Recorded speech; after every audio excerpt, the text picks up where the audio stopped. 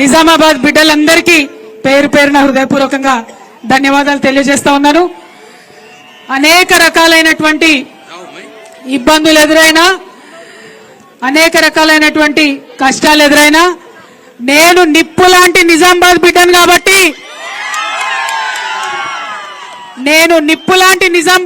కాబట్టి, పిడికిలెత్తి అన్ని ఎదిరించి మళ్ళీ మీ దగ్గరికి ఈరోజు వచ్చిన మీ అందరినీ కూడా నాకు మద్దతుగా నిలిచినందుకు హృదయపూర్వకంగా ధన్యవాదాలు తెలియజేస్తా ఉన్నా.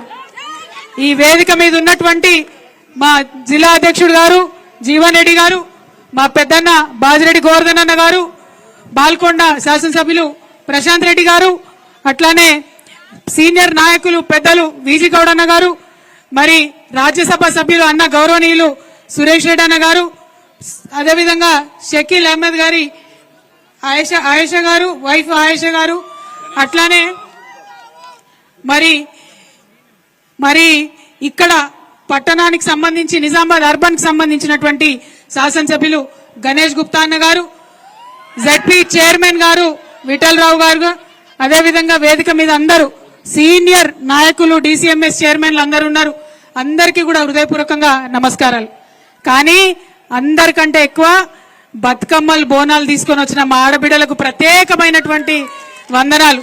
ఇంత ఎండలో ఇంత కష్టపడి బోనాలు బతుకమ్మలతోని డప్పులతో ఎదురొచ్చినటువంటి మా అన్నలందరికీ కూడా హృదయపూర్వకంగా నమస్కారాలు. మరొక పక్క వలలేసుకొని, చేపలు పట్టుకొని, గొర్రె పిల్లని పట్టుకొని, గొంగడేసుకొని, మరి పెద్ద ఎత్తున వెదురు బుట్టలతో ఎదురొచ్చినటువంటి మా బీసీ అన్నదమ్ములందరికీ కూడా హృదయపూర్వకంగా ధన్యవాదాలు తెలియజేస్తా ఉన్నాను. మరి ఇవాళ నిజంగానే దసరా లెక్క అనిపిస్తున్నది నాకైతే. అంతేనా? అంత పెద్ద ఎత్తున మిట్ట మధ్యాహ్నం ఎండ కొడుతుంటే వెన్నెల్లో నిల్చున్నట్టు అందరు నవ్వుతా ఉంటే మనసు పులకరించిపోతా ఉన్నది.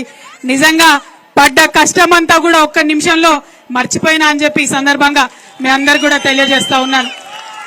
మీకు తెలుసు, దేశంలో జరుగుతున్న పరిస్థితులు మీకు తెలుసు.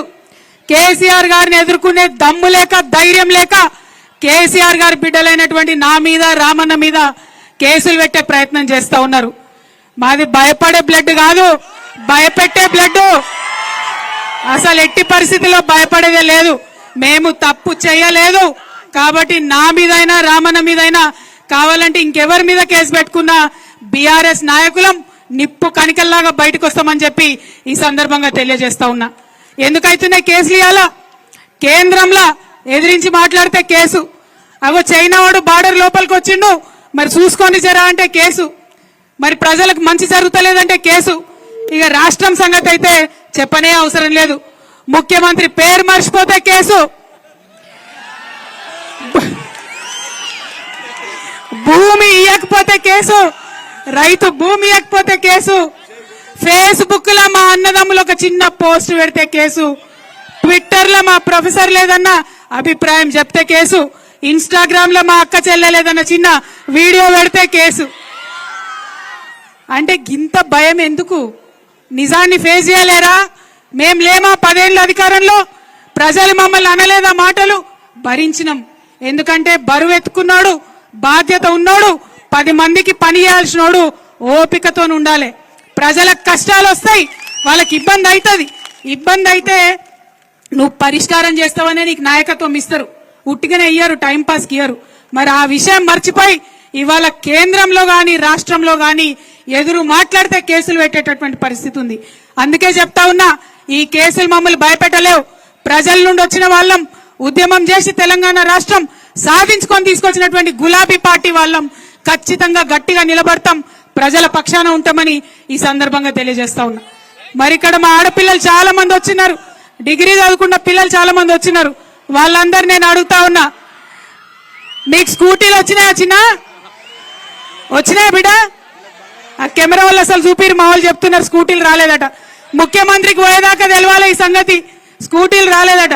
మా అక్క చెల్లెలు ఉన్నారు, ఎవరికన్నా తులం బంగారం వచ్చిందా? తులం బంగారం వచ్చిందా? ఎవరికైనా 2500 వచ్చినాయా? महालक्ष्मी स्कीम వచ్చిందా? ఏమీ లేదు. या हमारे इतने सारे मुसलमान भाई है, बहुत सारे बातें करे, क्या बोले 4000 करोड़ देते एक साल में, बोले कुछ दिए साहब? कुछ आया क्या? इमाम मौजनों को तक तनख्वाह नहीं आया था। हम लोग पूछे असेंबली में, उसके बाद डर के रिलीज करे।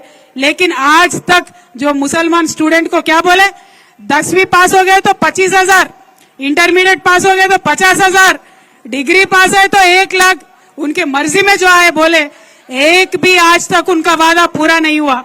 और खासकर हमारे मुसलमान भाई बहनों से मैं बोलना चाहती हूँ, क्या बोले थे कांग्रेस वाले, शादी मुबारक में स्पेशली मुसलमानों को 1,60,000 रुपये दूंगा, उसके साथ साथ 1 तोला सोना भी देते बोले। किसी को मिला क्या अम्मा? कहीं आया क्या किसी को? ఇప్పటిదాకా కూడా కేసీఆర్ పైసలే వస్తున్నాయి. గవే 2,000 గవే కేసీఆర్ సార్ ఇచ్చిన పైసలే ఇప్పటిదాకా వస్తున్నాయి. బీరాల వారికి నానాడు మేము ఇస్తాం 4,000, అధికారంలోకి రాగానే ఇస్తాం 4,000 అన్నారు. వచ్చే నెలనే అధికారంలోకి ఎక్కినాక తెల్లారే ఇస్తామన్నారు. కానీ ఇంతవరకు 1 రూపాయి వచ్చింది లేదు. గదే కేసీఆర్ సార్ ఇచ్చిన 2,000 ఇంకా కూడా ఇస్తున్నాడు. కాబట్టి ఇవాళ మహిళలందరికీ నేను కోరుతా ఉన్నా, విజ్ఞప్తి చేస్తా ఉన్నా, మనం ఊరుకుంటే వీళ్ళు కదలరు. మనం అడగాలి, ఎక్కడికక్కడ అడగాలి. ఏమైనాయి మా మహాలక్ష్మి పైసలు, ఏమైంది మా తులం బంగారం, ఎక్కడున్నారని అడగాలి. కాంగ్రెస్ వాళ్ళు వస్తారు కదా గల్లీలకు మాట్లాడడానికి, నిలదీయండి వాళ్ళని, ఖచ్చితంగా అడగండి ఒకసారి. అడగకుంటే ఇచ్చేటటువంటి ప్రభుత్వం ఇది కాదు, అడగకుంటే ఇచ్చేటటువంటి ప్రభుత్వం ఇది కాదు. కాబట్టి ఎక్కడికక్కడ నిలదీద్దాం, మీ వెంట నేనుంటా, ప్రతి చోట నిలదీద్దాం. మా ఆడబిడ్డలకు రావాల్సిన డబ్బులు ఏందని అడుగుదాం. ఇవాళ ఒక గుర్తుపెట్టుకోండి, ఈ సంవత్సర కాలంలో మనకు పెంచిన పెన్షన్ ఇచ్చుంటే 2,000 బదులు 4,000 ఇచ్చుంటే ఒక్కొక్క ఆడబిడ్డకి ఇవాళ 24,000 అకౌంట్లో ఉంటుండే. మరి అది నష్టమైనట్టే కదా మనకు ఒక సంవత్సరం. అదే విధంగా 18 ఏళ్లు నిండిన వాళ్ళందరికీ 2,500 ఇస్తామన్నాడు. అది ఇచ్చుంటే ఇవాళ 30,000 ఉంటుండే కదా మన అకౌంట్లో. మరి ఆ మునిగిపోయిన 30,000, ఆ పోయిన 24,000 ఏడికి పోతాయన్న విషయం మనం ఎక్కడికక్కడ అడగాల్సినటువంటి అవసరం ఉంది. ఇక మోసం అంటే మామూలు మోసం కాదు. ఎవరిని మోసం చేయాలి? విద్యార్థులను మోసం చేసిరు, రైతులను మోసం చేసిరు, మహిళలను మోసం చేసిరు, ఉద్యోగులను మోసం చేసిరు. ఇవాళ నేను వస్తుంటే జగిత్యాల నుంచి ఒక మెసేజ్ వచ్చింది నాకు. కేసీఆర్ సార్ ఉన్నప్పుడేమో పీపుల్స్ ఫ్రెండ్లీ పోలీస్ అని ఉండే, మన పోలీసు వాళ్ళు జాగ్రత్తగా చూసుకుంటారు ప్రజల్ని. ఇవాళనేమో కాంగ్రెస్ ఫ్రెండ్లీ పోలీస్ అట. ఏందంటే ఉల్టా పోలీసుని కొడతారు కాంగ్రెస్ వాళ్ళు, కానీ ఆ కాంగ్రెస్ ఆయన స్టేషన్ లో పెట్టద్దట. వచ్చి బరబర మంచిగా కాంగ్రెస్ ఎమ్మెల్యే తీసుకొని వెళ్ళిపోయింది ఆ నాయకుడిని. ఇలా ఓన్లీ కాంగ్రెస్ ఫ్రెండ్లీ పోలీస్ నడుస్తుంది రాష్ట్రంలో, పోలీసుల జులుం నడుస్తుంది రాష్ట్రంలో. కాబట్టి నేను అడిగేది ఏంటంటే, ఇవాళ కేసీఆర్ గారి ప్రభుత్వంలో చేసిన మంచి పనులు కొనసాగించండి. కొనసాగించే ధైర్యం లేదు, కొత్త చేసే ధైర్యం అసలే లేదు. కానీ ఈ విషయాలన్నీ మనం ప్రజలకు చెప్పాల్సినటువంటి అవసరం ఉన్నది. దయచేసి ఇవాళ ఇక్కడికి వచ్చిన బీఆర్ఎస్ పార్టీ కార్యకర్తల నాయకులు గుర్తుపెట్టుకోవాలి, ఇటు ఉన్న సూర్యుడు అటు ఉదయించినా రాబోయేదంతా కూడా నిజామాబాద్ లో గులాబీ జెండా శకమే, గులాబీ జెండానే ఎగురుతుంది. ఎక్కడ కూడా ఎవరు కూడా దాన్ని మార్చలేరు, ఎక్కడ మార్చలేరు. ఇవాళ లోకల్ బాడీ ఎలక్షన్స్ కావచ్చు, రేపు రాబోయే ఎమ్మెల్యే ఎలక్షన్లు కావచ్చు, రాబోయే ఎంపీ ఎలక్షన్లు కావచ్చు, ఖచ్చితంగా చెప్తా ఉన్నాం, గులాబీ జెండాదే రాబోతా ఉన్నది, గులాబీ జెండానే జిల్లా అంతా ఎగరబోతా ఉన్నది. కాబట్టి మా రైతన్నలందరినీ ఒకటే కోరుతా ఉన్నాను నేను, మనకు రైతు భరోసా ఎగబెట్టిరు, దాని గురించి అడగండి. రుణమాఫీ చేసినామంటారు, మనకు రాలే, మన పక్కింటి వాళ్ళకి రాలే, ఎవరికి వచ్చిందో ఎవరికి అర్థమవుతుంది. మరి అటువంటి పరిస్థితి ఉన్నది. ఇండ్లు ఇస్తామన్నారు, ఇందిరమ్మ ఇండ్లు, కనీసం ఇంతవరకు మాట లేదు, ముచ్చట లేదు. అప్లికేషన్లు తీసుకొని చెత్త బుట్టలు వారేసినటువంటి పరిస్థితి ఇవాళ మనం చూస్తా ఉన్నాం. అన్నిటికన్నా ఘోరం దారుణం ఏంటంటే, కేసీఆర్ సారు పేద పిల్లలు చదువుకోవాలి మంచిగా అని చెప్పి గురుకుల పాఠశాల పెట్టి లక్షలాది మందిని ఆయన చదివిస్తే ఇవాళ ఆ గురుకులాలు కూడా నడపడం చేతగానటువంటి ప్రభుత్వం మన ప్రభుత్వం అని తెలియజేస్తా ఉన్నా. 57 మంది బిడ్డల పొట్ట పెట్టుకున్నారు, 57 మంది పిల్లలు గురుకులాల్లో చనిపోయారు. ఇంకా ఎంతమంది పిల్లలు పొట్టన పెట్టుకుంటారని ఈ ప్రభుత్వాన్ని నిజామాబాద్ గడ్డ నుంచి నేను అడుగుతా ఉన్నా. మన ఉమ్మడి నిజామాబాద్ లోనే 3 పిల్లలు చనిపోయినటువంటి పరిస్థితి ఉన్నది. రాష్ట్రం అంతా 57 మంది చదువుకునేటటువంటి పరిస్థితి ఉంది.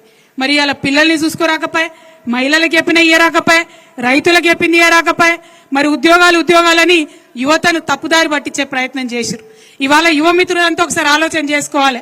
ఉద్యోగాలు ఇచ్చినా అని చెప్తున్నాడు, సంవత్సరంలో 2 లక్షల ఉద్యోగాలు ఇస్తా అని చెప్పారు. కానీ ఇప్పటి వరకు మన కేసీఆర్ సార్ ఇచ్చిన నోటిఫికేషన్లే ఉద్యోగాలు ఇస్తున్నాడు. ఆనాడు కేసీఆర్ సారు ఎవరన్నా ఉద్యోగంకి ఎక్కితే ఇంటికి ఆర్డర్ పోతుండే. ఇవాళ ఉన్నటువంటి సీఎం గారు ఏం చేస్తున్నాడు, చెప్రాసి నౌకరు వచ్చినా ఐఏఎస్ నౌకరు దాకా వచ్చినా ఏదొచ్చినా ఆయన పిలుచుకొని ఆయన చేయితో ఇచ్చి ఇగో నేనిచ్చినా అని చెప్పుకుంటున్నాడు. ముందెన్నడూ లేదు అటువంటిది. ముఖ్యమంత్రి లెవెల్ అట్లా చేయలే. కానీ ఈ ముఖ్యమంత్రి గారు మభ్యపెట్టడానికి, యువకుల్ని మభ్యపెట్టడానికి మాత్రమే ఆ యొక్క ఆలోచన చేస్తున్నాడు. కానీ నమ్మేది లేదు. ఇవాళ యువ మిత్రులందరూ నిజామాబాద్ వాళ్ళు ఒక్కసారి పిడికిలెత్తాలే. సంవత్సరానికి 2 లక్షల ఉద్యోగాలు ఇస్తా అన్నారు, ఇవ్వలేదు. మరి ఆ విషయంలో మీరు ఖచ్చితంగా వెంటపడాలి, అడగాలని చెప్పి మా యువ మిత్రులను అడుగుదామా? ఉద్యోగాలు కావాలా వద్దా? అడుగుదామా వద్దా? జై తెలంగాణ. ప్రతి ఒక్క రంగాన్ని, కార్మికుల్ని, కర్షకుల్ని, ఆటో వాళ్ళని ఎవ్వరు నిడిచిపెట్టలే. ఇక మా ఉద్యోగస్తులకు పాపం మస్తు మాటలు చెప్పి మోసం చేశారు. ఇవాళ ఇక్కడ ఉన్నటువంటి ఉద్యోగస్తులు ప్రతి జిల్లాలో, ప్రతి రాష్ట్రంలో మాకు గోడు వెళ్ళబోసుకుంటున్నారు. అక్క కేసీఆర్ సార్ ఉన్నప్పుడు 2 సార్లు పిఆర్సీ ఇచ్చిరు, 40% జీతాలు పెంచిరు. ఈయన వచ్చినాక 5 డిఏలలో 1 డిఏ మాత్రం ఇచ్చిండు, అది కూడా 17 కిస్తీలు ఇచ్చిండు అని చెప్పి. ఇక మా ఆటో కార్మికులకు సంబంధించి మీకు తెలుసు, వాళ్ళ ఇబ్బందులు మీకు తెలుసు. మహిళలకు ఫ్రీ బస్ ఇచ్చిరన్నారు, మేము స్వాగతించినాం, మంచి పని చేసిరు. కానీ ఫ్రీ బస్ ఇచ్చినట్టు ఇచ్చి బస్సుల సంఖ్య తగ్గించేసిరు. దాంతో ఇటు మహిళలకు ఇబ్బంది, అటు ఆటో వాళ్ళకి ఇబ్బంది, అన్ని రకాలుగా కూడా ప్రజలందరినీ ఇబ్బందికి గురి చేస్తున్నటువంటి ఈ ప్రభుత్వం విషయం దయచేసి మనం ఆలోచన చేయాలి. అన్నిటికన్నా ఎక్కువ పెద్ద కుట్ర ఈ ముఖ్యమంత్రి గారు చంద్రబాబు నాయుడు గారి శిష్యుడు. ఈయన ఏం చేస్తున్నారు? ఇప్పుడు మనకు తెలంగాణ తల్లి ఉండొద్దట, మన తెలంగాణ సంస్కృతి అయినటువంటి తెలంగాణ తల్లి వద్దట. కాంగ్రెస్ మాత చెయ్యి గుర్తున్న కాంగ్రెస్ మాత బొమ్మను సెక్రటేరియట్ లో పెట్టిండు. ఇక మనం ఆమెనే దేవతను గొలవన్నట, మన తెలంగాణ తల్లిని మనం మర్చిపోవాలన్నట. మరి ఇక్కడ మన వెనుక కనబడుతున్నాయి ఇట్లా వేల సంఖ్యలో మనం తెలంగాణ అంతా పెట్టుకున్న తెలంగాణ తల్లి, ముద్దుగా బతుకమ్మ పట్టుకున్నటువంటి తెలంగాణ తల్లి, ఆమె వద్దని చెప్తున్నారు. మరి దానికి మనకు ఒప్పుకుందామా? ఒకసారి ఆలోచన చేయాలి. మన తెలంగాణ తల్లి మనకు కావాలన్నా వద్దా? మన తెలంగాణ తల్లి మనకు కావాలన్నా వద్దా? తెలంగాణ తల్లి మాదిరా, కాంగ్రెస్ తల్లి మీదిరా. తెలంగాణ తల్లి మాదిరా, తెలంగాణ తల్లి మాదిరా. మరి మన సంస్కృతి మీద, మన పొట్ట మీద, ప్రతి ఒక్క అంశం మీద దాడి చేస్తున్నటువంటి కాంగ్రెస్ సర్కార్ని ఖచ్చితంగా ఎదిరిద్దాం. ఎన్ని కేసులు పెట్టినా, ఎన్ని నిర్బంధాలు చేసినా భయపడేదే లేదు. నిజామాబాద్ జిల్లా అంటే బీఆర్ఎస్ కు అడ్డా. ఆనాడు తెలంగాణలో కూడా మొట్టమొదట జెడ్పీ చైర్పర్సన్ గెలిపించినటువంటి జిల్లా, అనేక మంది ప్రజాప్రతినిధులను గెలిపించినటువంటి జిల్లా. మళ్ళొకసారి నిజామాబాద్ పవర్ అక్కడ సీఎం గారికి రుచి చూపిద్దాం. ఖచ్చితంగా ఆయన వాగ్దానం చేసినటువంటి అంశాలన్నీ కూడా సాధించుకుంటామని మీకు తెలియజేస్తూ, మీ అందరి దగ్గర కూడా ఇంత అపురూపమైనటువంటి స్వాగతం ఇచ్చినటువంటి ప్రతి ఒక్కరికి హృదయపూర్వకంగా నా నమస్కారాలు తెలియజేస్తూ, ముఖ్యంగా మా ఆడబిడ్డలకు మళ్ళొకసారి హృదయపూర్వకంగా ధన్యవాదాలు తెలియజేస్తూ సెలవు తీసుకుంటున్నాను. జై తెలంగాణ, జై తెలంగాణ. ఇగో జై తెలంగాణ అన్నప్పుడు చేయతన వాళ్ళని ఏమంటారే? జై తెలంగాణ, జై కేసీఆర్, జై బీఆర్ఎస్, జై తెలంగాణ. కేసీఆర్ గారి నాయకత్వం.